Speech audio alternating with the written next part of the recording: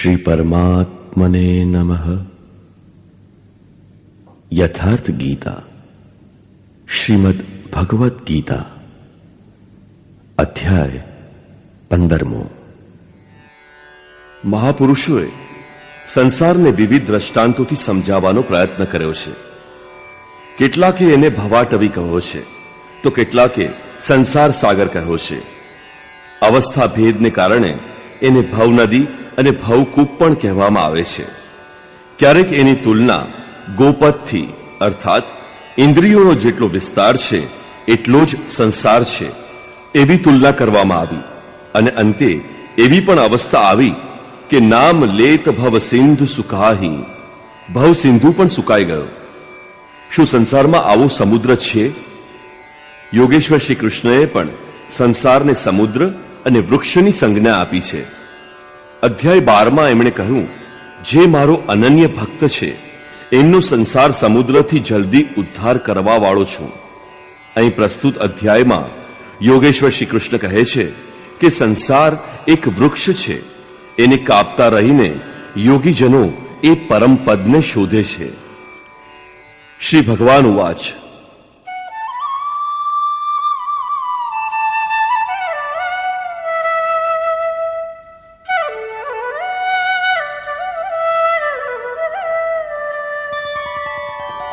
ऊर्ध्वमूलमधः शाखम् अश्वत्थं प्राहुरव्ययम् छन्दांसि यस्य पर्णानि यस्तं वेद स वेदवित्.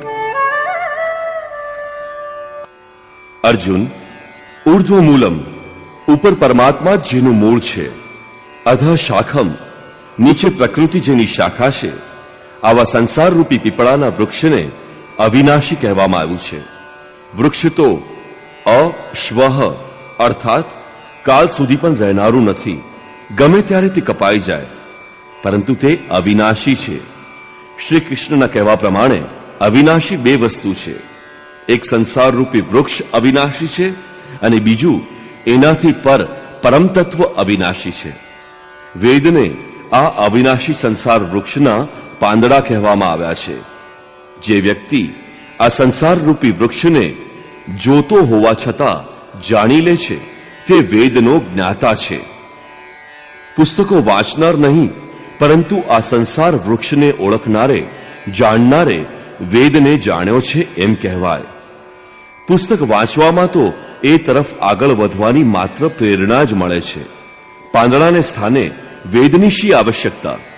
વસ્તુતઃ પુરુષ ભટકતો ભટકતો જે અંતિમ કૂપળ અર્થાત અંતિમ જન્મ પામે છે ત્યાંથી જ વેદના તે છંદ કલ્યાણનું સર્જન કરનાર પ્રેરણા આપે છે.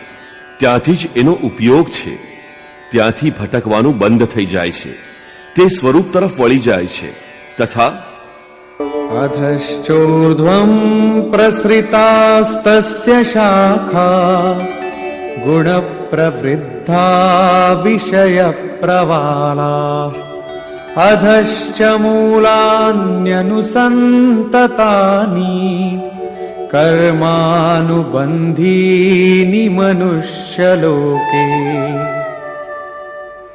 આ સંસાર રૂપી વૃક્ષની ત્રણેય ગુણો દ્વારા વિકસેલી વિષય અને જીવરૂપી કૂપળો વાળી શાખાઓ નીચે અને ઉપર સર્વત્ર ફેલાયેલી છે. નીચેની તરફ કીડા પતંગિયા સુધી અને ઉપર દેવભાવથી બ્રહ્મા પર્યંત સર્વત્ર ફેલાયેલી છે. તથા માત્ર મનુષ્ય યોનિમાં કર્મો અનુસાર બાંધનારી છે. અન્ય તમામ યોનિ ભોગ ભોગવવા માટે છે. મનુષ્ય યોનિ જ કર્મો અનુસાર બંધન તૈયાર કરે છે.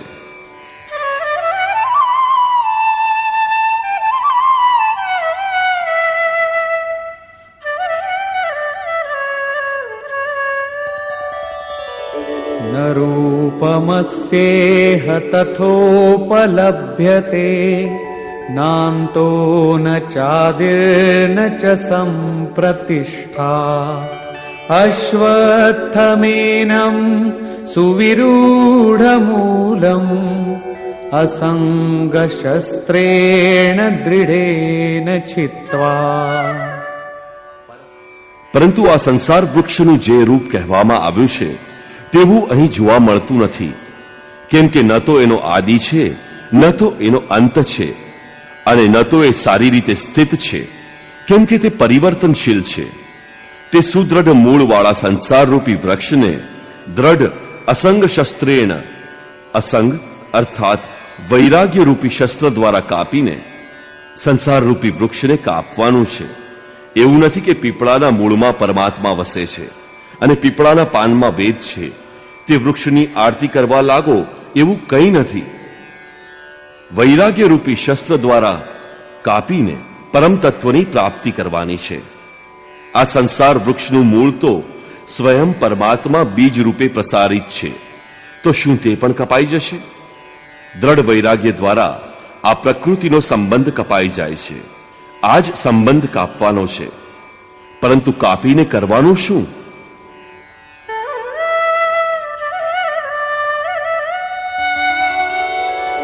તતઃ પદં તત્ પરિમાર્ગિતવ્યમ યસ્મિન ગતા ન નિવર્તન્તિ ભૂયઃ તમેવ ચાદ્યં પુરુષં પ્રપદ્યે યતઃ પ્રવૃત્તિ પ્રસૃતા પુરાણી. દ્રઢ વૈરાગ્ય દ્વારા સંસાર વૃક્ષને કાપવા ઉપરાંત પરમપદ પરમેશ્વરને સારી રીતે શોધવો જોઈએ.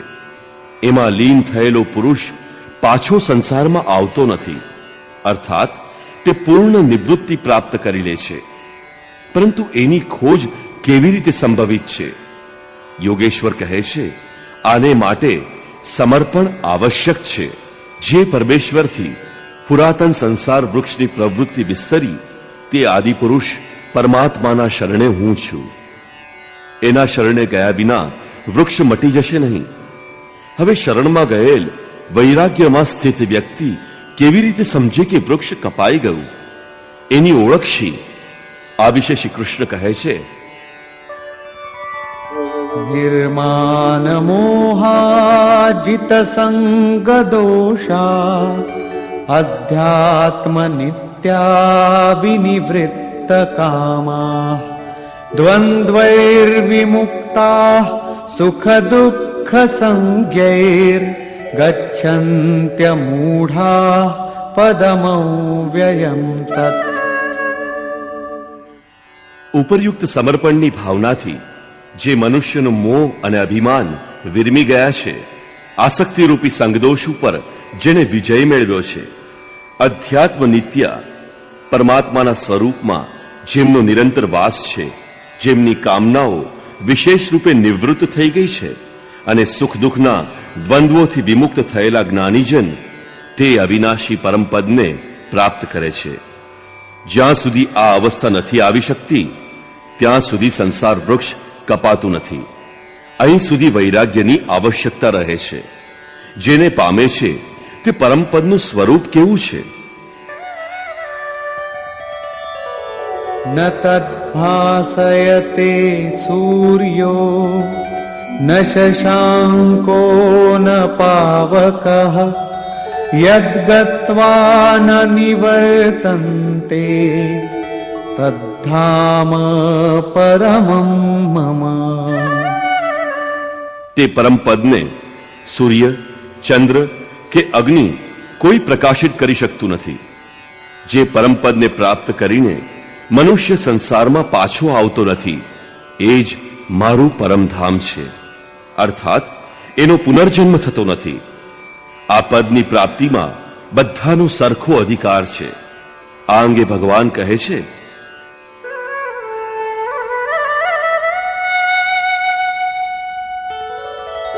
મમૈવાંશો જીવલોકે જીવભૂતઃ સનાતનઃ મનઃષષ્ઠાનીન્દ્રિયાણિ પ્રકૃતિસ્થાનિ કર્ષતિ.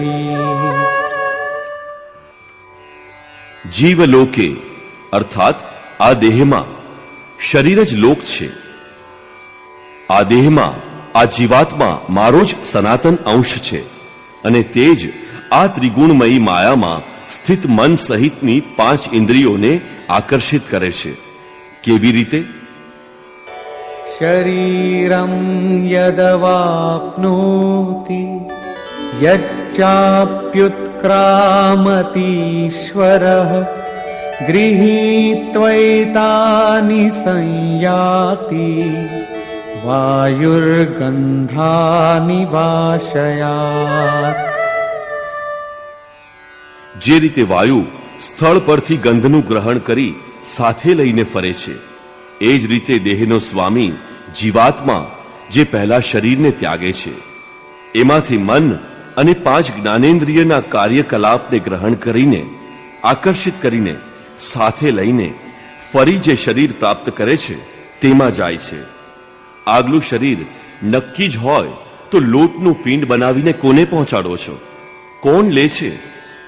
આથી શ્રી કૃષ્ણએ અર્જુનને કહ્યું હતું કે આ અજ્ઞાન તો કેવી રીતે મળ્યું કે પિંડોદક ક્રિયા સમાપ્ત થઈ જશે? ત્યાં જઈને શું કરે છે? મન સાથેની 6 ઇન્દ્રિયો કોણ છે? શ્રોત્રમ ચક્ષુઃ સ્પર્શનમ ચ રસનમ ઘ્રાણમેવ ચ અધિષ્ઠાય મનશ્ચાયમ વિષયાનુપસેવતે. આ શરીરમાં રહેલો જીવાત્મા કાન, આંખ, ત્વચા, જીભ, નાક અને મનનો આશ્રય લઈને, અર્થાત આ બધાને સહારે જ વિષયોનું સેવન કરે છે. પરંતુ આ બહાર દેખાતું નથી, બધા એને દેખી શકતા નથી. આ અંગે ભગવાન કહે છે,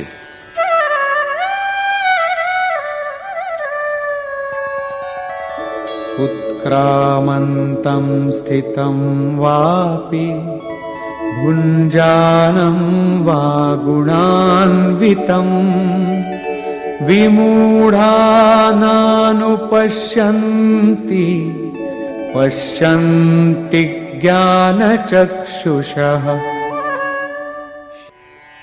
શરીરને છોડીને જતા, શરીરમાં સ્થિત રહેતા, વિષયોને ભોગવતા તથા 3 ગુણો સાથે જોડાયેલા જીવાત્મા અને તેની આ ક્રિયાઓને મૂળ બુદ્ધિવાળો અજ્ઞાની જાણતો નથી.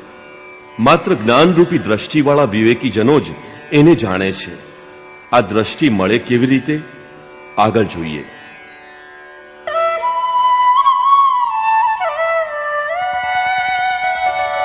યતન્તો યોગિનશ્ચૈનમ પશ્યન્ત્યાત્મન્યવસ્થિતમ યતન્તોપ્યકૃતાત્માનો નૈનમ પશ્યન્ત્યચેતસઃ. યોગીજનો ચિત્તને બધી બાજુથી સમેટી લઈને પ્રયત્ન કરતા જ પોતાના હૃદયમાં આ આત્માને પ્રત્યક્ષપણે જોવે છે. પરંતુ અકૃતાર્થ આત્માવાળા અર્થાત અશુદ્ધ અંતઃકરણવાળા અજ્ઞાની લોકો પ્રયત્ન કરવા છતાં આત્માને જાણતા નથી, કેમ કે એમનું અંતઃકરણ હજુ બાહ્ય પ્રવૃત્તિઓમાં વિખરાયેલું છે. ચિત્તને બધી બાજુએથી અંદર સમેટી લઈને અંતરાત્મામાં પ્રયત્ન કરનાર ભાવિકજનો એને પામવા માટે સમર્થ બને છે. તેથી અંતઃકરણથી સતત સુમિરન સ્મરણ આવશ્યક છે. હવે તે મહાપુરુષોના સ્વરૂપમાં જે વિભૂતિઓ જોવા મળે છે, જે આગળ ઉપર પણ વર્ણવી છે, એ અંગે ભગવાન પ્રકાશ પાડે છે.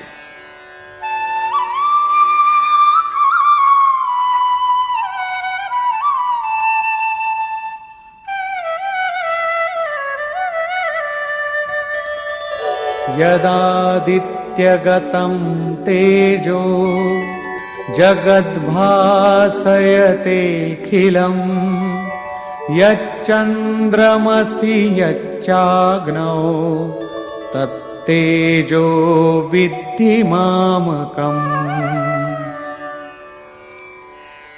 સૂર્યમાં રહેલું જે તેજ સમગ્ર જગતને પ્રકાશિત કરે છે અને જે તેજ ચંદ્રમા તથા અગ્નિમાં છે, એને તો મારું તેજ ગણ. હવે એ મહાપુરુષ દ્વારા થતા કાર્ય બતાવે છે. गामाविश्य च भूतानि धारयाम्यहमोजसा पुष्णामि चौषधीः सर्वा सोमो भूत्वा रसात्मकः। હું જ પૃથ્વીમાં પ્રવેશ કરીને મારી શક્તિ વડે સર્વ પ્રાણીઓને ધારણ કરું છું તથા ચંદ્રમાં રસ સ્વરૂપ થઈને સર્વ વનસ્પતિઓને પોષણ આપું છું.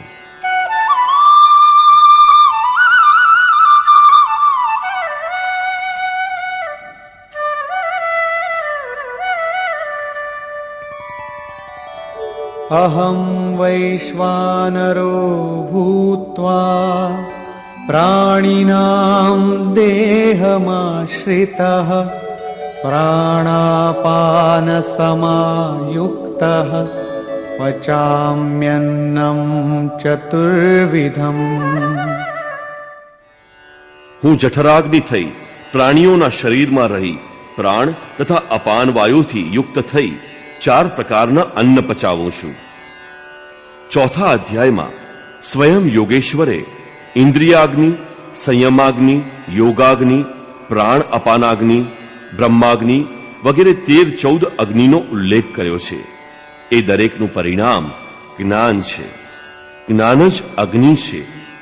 શ્રી કૃષ્ણ કહે છે કે આવા અગ્નિ સ્વરૂપ થઈને પ્રાણ તથા અપાનથી જોડાયેલી 4 વિધિઓથી જપ હંમેશા શ્વાસ પ્રશ્વાસથી થાય છે. એની 4 વિધિ છે: વૈખરી, મધ્યમા, પશ્યંતી તથા પરા. આ 4 વિધિઓથી તૈયાર થતા અન્નને હું પચાવું છું. શ્રી કૃષ્ણના કહેવા પ્રમાણે બ્રહ્મ જ એકમાત્ર અન્ન છે જેનાથી આત્મા સંપૂર્ણ તૃપ્ત થઈ જાય છે, ફરી કદી અતૃપ્ત થતો નથી. શરીરના પોષક પ્રચલિત અન્નને યોગેશ્વરે આહારની સંજ્ઞા આપી છે. યુક્તાહાર. વાસ્તવિક અન્ન તો પરમાત્મા છે. વૈખરી, મધ્યમા, પશ્યંતી તથા પરાની 4 વિધિઓથી અન્ન પરિપક્વ થાય છે. આને જ અનેક મહાપુરુષોએ નામ, રૂપ, લીલા અને ધામ તરીકે ઓળખાવ્યા છે. પ્રથમ નામનો જપ થાય છે. ક્રમશઃ હૃદયમાં ઈષ્ટનું સ્વરૂપ પ્રગટવા લાગે છે. ત્યારબાદ એની લીલાનો બોધ થાય છે કે ઈશ્વર કેવી રીતે કણ કણમાં વ્યાપ્ત છે, કેવી રીતે તે સર્વત્ર કાર્ય કરે છે. આ રીતે હૃદય દેશમાં ક્રિયાકલાપોનું દર્શન એ જ લીલા છે, બહારની રામલીલા કે રાસલીલા નહીં. આ ઈશ્વરીય લીલાનો પ્રત્યક્ષ અનુભવ કરતા જ્યારે મૂળ લીલાધારીનો સ્પર્શ મળે છે ત્યારે ધામની સ્થિતિ ઉત્પન્ન થાય છે. એને જાણીને સાધક એમાં પ્રતિષ્ઠિત થાય છે. એમાં પ્રતિષ્ઠિત થવું અને પરાવાણીની પરિપક્વ અવસ્થામાં બ્રહ્મનો સ્પર્શ મેળવીને એનામાં સ્થિત થવું બંને એક સાથે થાય છે. આ રીતે પ્રાણ અને અપાન અર્થાત શ્વાસ અને પ્રશ્વાસ યુક્ત થઈને 4 વિધિઓથી અર્થાત વૈખરી, મધ્યમા, પશ્યંતી અને ક્રમશઃ ઉત્થાન થતા થતા પરાના પૂર્તિકાળમાં તે અન્ન બ્રહ્મ પરિપક્વ થઈ જાય છે. બ્રહ્મની પ્રાપ્તિ થાય છે.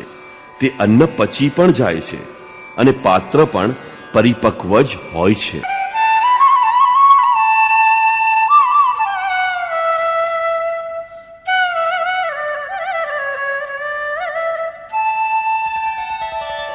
સર્વસ્ય ચાહં હૃદિ સન્નિવિષ્ટો મત્તઃ સ્મૃતિર્જ્ઞાનમપોહનં ચ વેદૈશ્ચ સર્વૈરહમેવ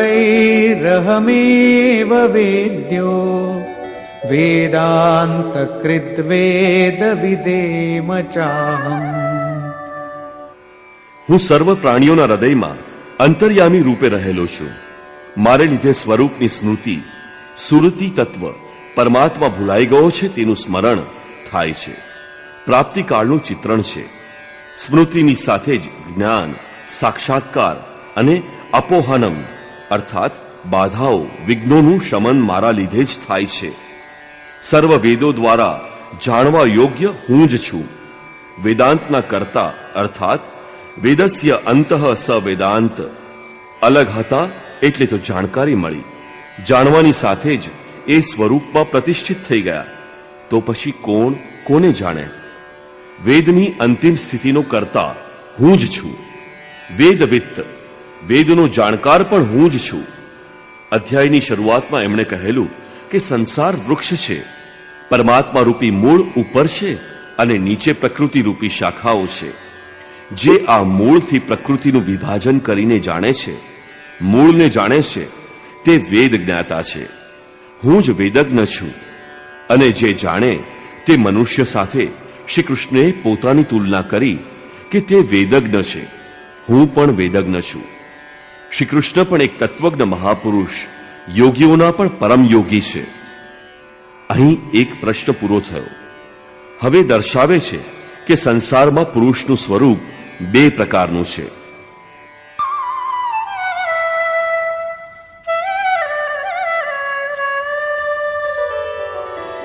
દ્વાવિમૌ પુરુષૌ લોકે ક્ષરશ્ચાક્ષર એવ ચ ક્ષરઃ સર્વાણિ ભૂતાનિ કૂટસ્થોક્ષર ઉચ્યતે. અર્જુન, આ સંસારમાં ક્ષર નાશવંત, પરિવર્તનશીલ અને અક્ષર અમર, અપરિવર્તનશીલ એમ બે પ્રકારના પુરુષ છે. એમાં પ્રાણી માત્રના શરીર નાશવંત છે. પુરુષ ક્ષર છે અને કુટસ્થ પુરુષ અવિનાશી કહેવાય છે. સાધન દ્વારા મન સહિત ઇન્દ્રિયોનો નિરોધ, અર્થાત જેમનો ઇન્દ્રિય સમૂહ કુટસ્થ છે તે અક્ષર કહેવાય છે. પરંતુ આ પણ પુરુષની અવસ્થા વિશેષ જ છે. આ બંનેથી પર એક અન્ય પુરુષ પણ છે.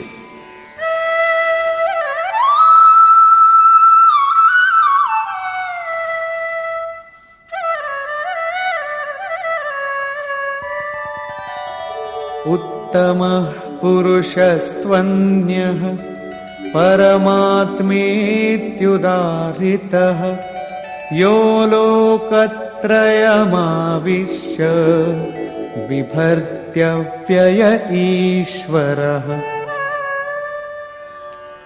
આ બંને કરતા અતિ ઉત્તમ પુરુષ તો અન્ય જ છે, જે ત્રણેય લોકમાં પ્રવેશ કરીને તમામનું પાલન પોષણ કરે છે. તે અવિનાશી પરમાત્મા ઈશ્વર છે. પરમાત્મા અવ્યક્ત, અવિનાશી, પુરુષોત્તમ વગેરે તેના પર્યાયવાચી શબ્દો છે. વાસ્તવમાં તે અન્ય જ છે, અર્થાત અનિર્વચનીય છે. અક્ષર અક્ષરથી પર મહાપુરુષની અંતિમ અવસ્થા છે, જેને પરમાત્મા વગેરે શબ્દો દ્વારા સૂચવવામાં આવે છે. પરંતુ તે અન્ય છે, અર્થાત અનિર્વચનીય છે. આ સ્થિતિમાં યોગેશ્વર શ્રી કૃષ્ણ પોતાનો પણ પરિચય આપે છે. યસ્માત્ક્ષરમતીતોહમ અક્ષરાદપી ચોત્તમઃ અતોસ્મિ લોકે વેદે ચ પ્રથિતઃ પુરુષોત્તમઃ. ઉપરયુક્ત નાશવાન પરિવર્તનશીલ ક્ષેત્રથી સર્વથા પર છું અને અક્ષર અવિનાશી કુટસ્થ પુરુષથી પણ ઉત્તમ છું. તેથી લોકોમાં અને વેદોમાં હું પુરુષોત્તમ નામથી પ્રસિદ્ધ છું.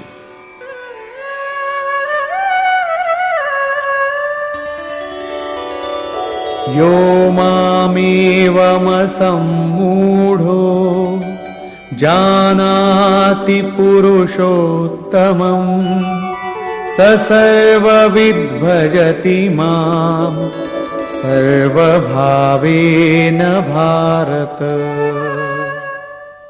હે ભારત, જે મનુષ્ય મોહ વિનાનો થઈ મને આ પ્રમાણે પુરુષોત્તમ સાક્ષાત સ્વરૂપે જાણે છે, તે સર્વજ્ઞ હોય મને સર્વ ભાવથી ભજે છે, તે મારાથી અલગ નથી.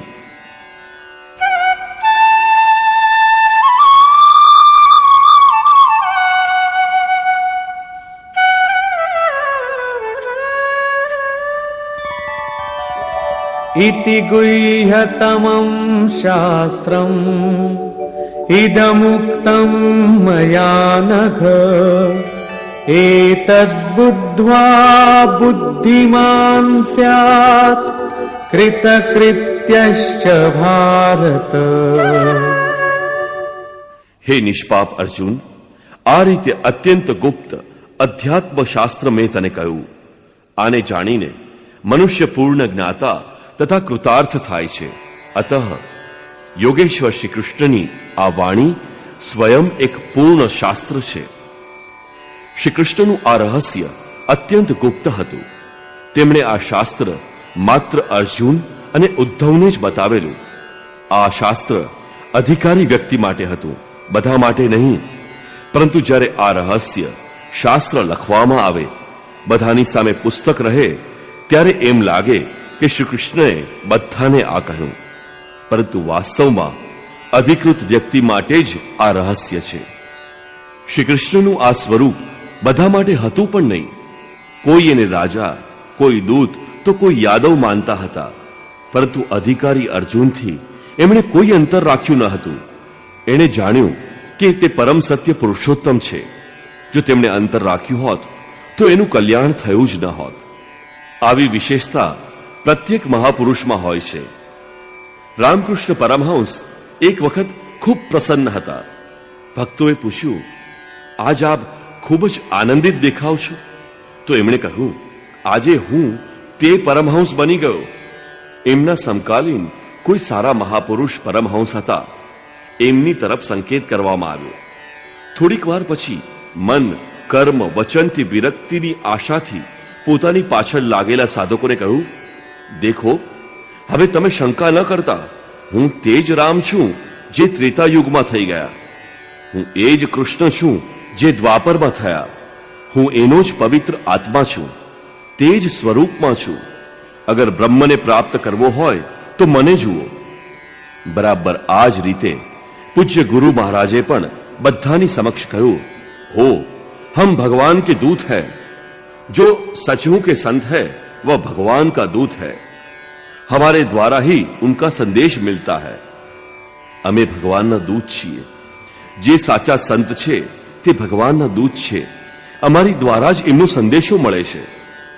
ઈશુએ કહ્યું હતું, હું ભગવાનનો પુત્ર છું, મારી પાસે આવો. એટલા માટે કે ઈશ્વરના પુત્ર કહેવાશો. બધા પુત્ર થઈ શકે છે.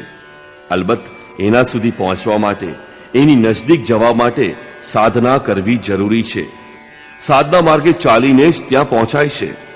મહમ્મદે કહ્યું, હું અલ્લાહનો રસૂલ છું, સંદેશવાહક છું. પૂજ્ય મહારાજજી બધાને એટલું જ કહેતા હતા. ન કોઈ વિચારનું ખંડન કે ન મંડન. પરંતુ જેઓ વિરક્ત થઈને એમની પાછળ લાગેલા તેમને કહેતા કે કેવળ મારા સ્વરૂપને જુઓ. તમારામાં પરમ તત્વને પામવાની ચાહના હોય તો મને જુઓ. શંકા ન કરો. ઘણાએ શંકા કરી. એ બધાને અનુભવ દર્શન કરાવીને, ઠપકો આપીને, બાહ્ય વિચારોમાંથી હટાવીને યોગેશ્વર શ્રી કૃષ્ણ મતાનુસાર, જેમાં અનંત પૂજા વિધિઓ છે, પોતાના સ્વરૂપમાં સંલગ્ન કર્યા. તે આજની ઘડી સુધી મહાપુરુષના રૂપમાં સ્થિત છે. આ રીતે શ્રી કૃષ્ણની પોતાની સ્થિતિ ગુપ્ત તો હતી, પરંતુ પોતાના અનન્ય ભક્ત, પૂર્ણ અધિકારી, અનુરાગી અર્જુન પ્રતિ જ તેઓ દ્રશ્યમાન થયા. દરેક ભક્ત માટે આ સંભવિત છે. મહાપુરુષ લાખો લોકોને આ માર્ગ ઉપર લાવે છે. નિષ્કર્ષ. આ અધ્યાયના આરંભમાં યોગેશ્વર શ્રી કૃષ્ણએ જણાવ્યું કે સંસાર એક વૃક્ષ છે, પીપળા જેવું વૃક્ષ છે. પીપળો તો એક ઉદાહરણ માત્ર છે. ઉપર એનું મૂળ પરમાત્મા છે, નીચે પ્રકૃતિ એની શાખા પ્રશાખા છે. જે આ વૃક્ષને મૂળ સહિત જાણી લે છે તે વેદોનો જ્ઞાતા છે. આ સંસાર વૃક્ષની શાખાઓ ઉપર અને નીચે સર્વત્ર ફેલાયેલી છે, અને મૂળ વગેરે એની જળની ઝાડ પણ ઉપર નીચે સર્વત્ર ફેલાયેલી છે. કેમ કે મૂળ તો ઈશ્વર છે. એ જ બીજ રૂપે પ્રત્યેક જીવ હૃદયમાં નિવાસ કરે છે. પૌરાણિક આખ્યાન છે કે એક વખત કમળ પર વિરાજમાન બ્રહ્માજીએ વિચાર કર્યો કે મારો ઉદ્ગમ શો છે. જ્યાંથી તેમનું સર્જન થયું હતું તે કમળ નાળમાં પ્રવેશી તેમણે ચાલવા માંડ્યું. સતત ચાલતા જ રહ્યા, પરંતુ પોતાનું મૂળ ઉદ્ગમ સ્થાન જોઈ શક્યા નહીં, ત્યારે હતાશ થઈને તે કમળના આસન ઉપર બેસી ગયા. ચિત્તનો નિરોધ કરવામાં પ્રવૃત્ત થઈ ગયા. ધ્યાન દ્વારા એમણે પોતાનું મૂળ ઉદ્ગમ સ્થાન જોઈ લીધું. પરમ તત્વનો સાક્ષાત્કાર કર્યો, એમની સ્તુતિ કરી. પરમ સ્વરૂપ પાસેથી જ આદેશ મળ્યો કે હું છું સર્વત્ર વ્યાપ્ત, પરંતુ મારી પ્રાપ્તિ કેવળ હૃદયમાં જ થાય છે. હૃદય દેશમાં જે ધ્યાન ધરે છે એ જ મને પ્રાપ્ત કરે છે. બ્રહ્મા એક પ્રતીક છે. યોગ સાધનાની એક પરિપક્વ અવસ્થામાં આવી જાગૃતિની સ્થિતિ આવે છે. ઈશ્વર પ્રતિ ઉન્મુખ બ્રહ્મ વિદ્યાથી યુક્ત બુદ્ધિ જ બ્રહ્મા છે. કમળ પાણીમાં રહેવા છતાં પણ નિર્મળ અને નિર્લેપ રહે છે. બુદ્ધિ આમ તેમ ભટકે છે ત્યાં સુધી સત્યની પ્રાપ્તિ થતી નથી. પરંતુ બુદ્ધિ જેવી નિર્મળતાના આસન ઉપર બેસે છે કે તરત મન સહિત ઇન્દ્રિયો સમેટાઈ જઈ હૃદયમાં સ્થિર થાય છે. આ વિલીનીકરણ અવસ્થામાં જ પોતાના હૃદયમાં પરમાત્માની પ્રાપ્તિ થાય છે. અહીં યોગેશ્વર શ્રી કૃષ્ણના કહેવા મુજબ સંસાર વૃક્ષ છે, જેનું મૂળ અને શાખાઓ સર્વત્ર ફેલાયેલા છે. કર્માનુબંધીની મનુષ્ય લોકે કર્મો અનુસાર કેવળ મનુષ્ય યોનિમાં બંધનો પેદા થાય છે, બાંધે છે. મનુષ્ય તેમાં બંધાતો જાય છે. અન્ય યોનિઓ તો કર્મો અનુસાર ભોગ ભોગવે છે. અંતે દ્રઢ વૈરાગ્ય રૂપી શસ્ત્ર દ્વારા આ સંસાર રૂપી પીપળાના વૃક્ષને તું છેદીને પરમ તત્વની શોધ કર. આ પરમ તત્વની પ્રાપ્તિ થતા મહર્ષિ પુનર્જન્મ પ્રાપ્ત કરતો નથી. કેવી રીતે જાણી શકાય કે સંસાર વૃક્ષ કપાઈ ગયું? યોગેશ્વર કહે છે કે જે માન અને મોહથી સંપૂર્ણપણે મુક્ત છે, જેણે સંગદોષ જીતી લીધા છે, જેની કામના નિવૃત્ત થઈ ગઈ છે, જે દ્વંદ્વથી પર થઈ ગયો છે, તે પુરુષ પરમ તત્વને પ્રાપ્ત કરે છે. આ પરમ પદને ન સૂર્ય, ન ચંદ્રમા કે ન તો અગ્નિ પ્રકાશિત કરી શકે છે. તે સ્વયં પ્રકાશરૂપ છે. તેમાં ગયેલો મનુષ્ય ક્યારેય પાછો આવતો નથી. એ જ મારું પરમધામ છે. એને પ્રાપ્ત કરવાનો અધિકાર બધાનો છે, કેમ કે જીવાત્મા મારો જ શુદ્ધ અંશ છે. શરીરનો ત્યાગ કરતી વખતે જીવાત્મા મને તથા પાંચેય ઇન્દ્રિયોના કાર્યકલાપને સાથે લઈને જ નવા શરીરને ધારણ કરે છે. સંસ્કાર સાત્વિક હોય તો તે સાત્વિક કક્ષાએ પહોંચી જાય છે. રાજસી હોય તો મધ્યમ સ્થાન પર, અને તામસી રહે તો અધમ યોનિમાં પહોંચે છે. ઇન્દ્રિયોના અધિષ્ઠાતા મનના માધ્યમથી વિષયોને જુએ છે અને ભોગવે છે. આ દેખાતું નથી, એ જોવા માટેની દ્રષ્ટિ હોવી જોઈએ. આ દ્રષ્ટિ જ જ્ઞાન છે. કંઈક યાદ કરી લેવું, ગોખી લેવું એ જ્ઞાન નથી. યોગીજન હૃદયમાં અંતર્મુખ થઈને એને જોઈ શકે છે. આમ જ્ઞાન સાધનગમ્ય છે. અધ્યયનથી એના પ્રત્યે રુચિ પેદા થાય છે. સંશયયુક્ત અકૃતાત્મા લોક પ્રયત્ન કરવા છતાં એને પ્રાપ્ત કરી શકતા નથી. અહીં પરમ તત્વની પ્રાપ્તિ અંગે વર્ણન કરાયું છે. શ્રી કૃષ્ણએ કહ્યું કે સૂર્ય અને ચંદ્રમામાં રહેલો પ્રકાશ હું જ છું. અગ્નિમાં તેજ પણ હું જ છું. હું જ પ્રચંડ અગ્નિરૂપ 4 વિધિઓથી પરિપક્વ અન્ન પચાવું છું. શ્રી કૃષ્ણના શબ્દોમાં અન્નમ બ્રહ્મ વ્યજાનાત, જે ઉપનિષદમાંથી શ્રી કૃષ્ણએ ટાંક્યું છે તેનો પણ આ જ નિર્ણય છે. અન્ન એકમાત્ર બ્રહ્મ છે, જેને પ્રાપ્ત કરીને આત્મા તૃપ્ત થાય છે. વૈખરીથી પરા સુધી અન્ન પૂર્ણપણે પરિપક્વ થઈને પચી જાય છે. તે પાત્ર પણ ખોવાઈ જાય છે. આ અન્નને હું જ પચાવું છું. અર્થાત સદગુરુ જ્યાં સુધી સારથી ન બને ત્યાં સુધી પ્રાપ્તિ થતી નથી. આ વાતને ભારપૂર્વક સમજાવતા શ્રી કૃષ્ણ કહે છે કે પ્રાણીઓના અંતર્દેશમાં ઉપસ્થિત રહીને હું બધાને યાદ અપાવું છું. જે સ્વરૂપ ભૂલાઈ ગયેલું તે હું યાદ કરાવું છું. સ્મૃતિની સાથોસાથ મળતું જ્ઞાન પણ હું જ છું. એમાં આવતી મુશ્કેલીઓનો ઉપાય પણ હું જ છું. હું જ જાણવા યોગ્ય છું. જાણ્યા બાદ જાણકારીનો અંતર કરતા પણ હું જ છું. કોણ કોને જાણે? હું વેદજ્ઞ છું. અધ્યાયના પ્રારંભમાં કહેલું કે જે સંસાર વૃક્ષને મૂળ સહિત જાણે છે તે વેદજ્ઞ છે, પરંતુ એને કાપનારા જ જાણે છે. અહીં તેઓ કહે છે કે હું જ વેદજ્ઞ છું. વેદવિદોમાં પોતાની પણ ગણના કરે છે. તેથી શ્રી કૃષ્ણ અહીં વેદવિદ પુરુષોત્તમ છે. એમને પ્રાપ્ત કરવાનો અધિકાર માનવ માત્રને છે. અંતમાં એમણે કહ્યું કે લોકમાં 3 પ્રકારના પુરુષ છે. પ્રાણી માત્રનું શરીર નશ્વર છે. મનની કુટસ્થ અવસ્થામાં આ જ પુરુષ અક્ષર છે, પરંતુ છે દ્વંદ્વાત્મક અને એનાથી પણ પર જે પરમાત્મા, પરમેશ્વર, અવ્યક્ત અને અવિનાશી તરીકે ઓળખાય છે તે હકીકતમાં અન્ય પુરુષ છે. તે ક્ષર અક્ષરથી પર એવી અવસ્થા છે. આ પરમ સ્થિતિ છે. આની સંગત કરતા તે કહે છે કે ક્ષર અક્ષરથી પર હું જ છું. આથી લોકો મને પુરુષોત્તમ કહે છે. આ રીતે ઉત્તમ પુરુષને જે જાણે છે તે જ્ઞાની ભક્તજન હંમેશા બધે મને જ ભજે છે. એની જાણકારીમાં અંતર નથી. અર્જુન, મેં આ અત્યંત ગુપ્ત રહસ્ય તને જણાવ્યું છે. પ્રાપ્તિ કરનાર મહાપુરુષ બધાની સમક્ષ આ વાત કરતા નથી, પરંતુ અધિકૃત વ્યક્તિથી તે દૂરતા રાખતા નથી. દૂરી રાખે તો એને પામે કેવી રીતે? આ અધ્યાયમાં આત્માની 3 સ્થિતિનું ચિત્રણ ક્ષર, અક્ષર અને અતિ ઉત્તમ પુરુષના રૂપમાં સ્પષ્ટ કરવામાં આવ્યું છે. આગળના બીજા કોઈ અધ્યાયમાં તેમ કરવામાં આવ્યું નથી. તેથી ઓમ તત્સદિતિ શ્રીમદ ભગવદ્ ગીતાસુપનિષત્સુ બ્રહ્મ વિદ્યાયા યોગ શાસ્ત્રે શ્રી કૃષ્ણાર્જુન સંવાદે પુરુષોત્તમ યોગો નામ 15 આ રીતે શ્રીમદ ભગવદ્ ગીતા રૂપી ઉપનિષદ અર્થાત બ્રહ્મ વિદ્યા તથા યોગ શાસ્ત્ર વિષયક શ્રી કૃષ્ણ અને અર્જુનના સંવાદમાં પુરુષોત્તમ યોગ નામનો 15મો અધ્યાય પૂરો થાય છે. ઇતિ શ્રીમદ પરમહંસ પરમાનંદસ્ય શિષ્ય સ્વામી અડગડાનંદ કૃતે શ્રીમદ ભગવદ્ ગીતાયાઃ યથાર્થ ગીતા ભાષ્યે પુરુષોત્તમ યોગો નામ 15 આ રીતે શ્રીમદ પરમહંસ પરમાનંદજીના શિષ્ય સ્વામી અડગડાનંદ કૃત શ્રીમદ ભગવદ્ ગીતાના ભાષ્ય યથાર્થ ગીતાનો પુરુષોત્તમ યોગ નામનો 15મો અધ્યાય પૂરો થાય છે. હરિ ઓમ તત્સત.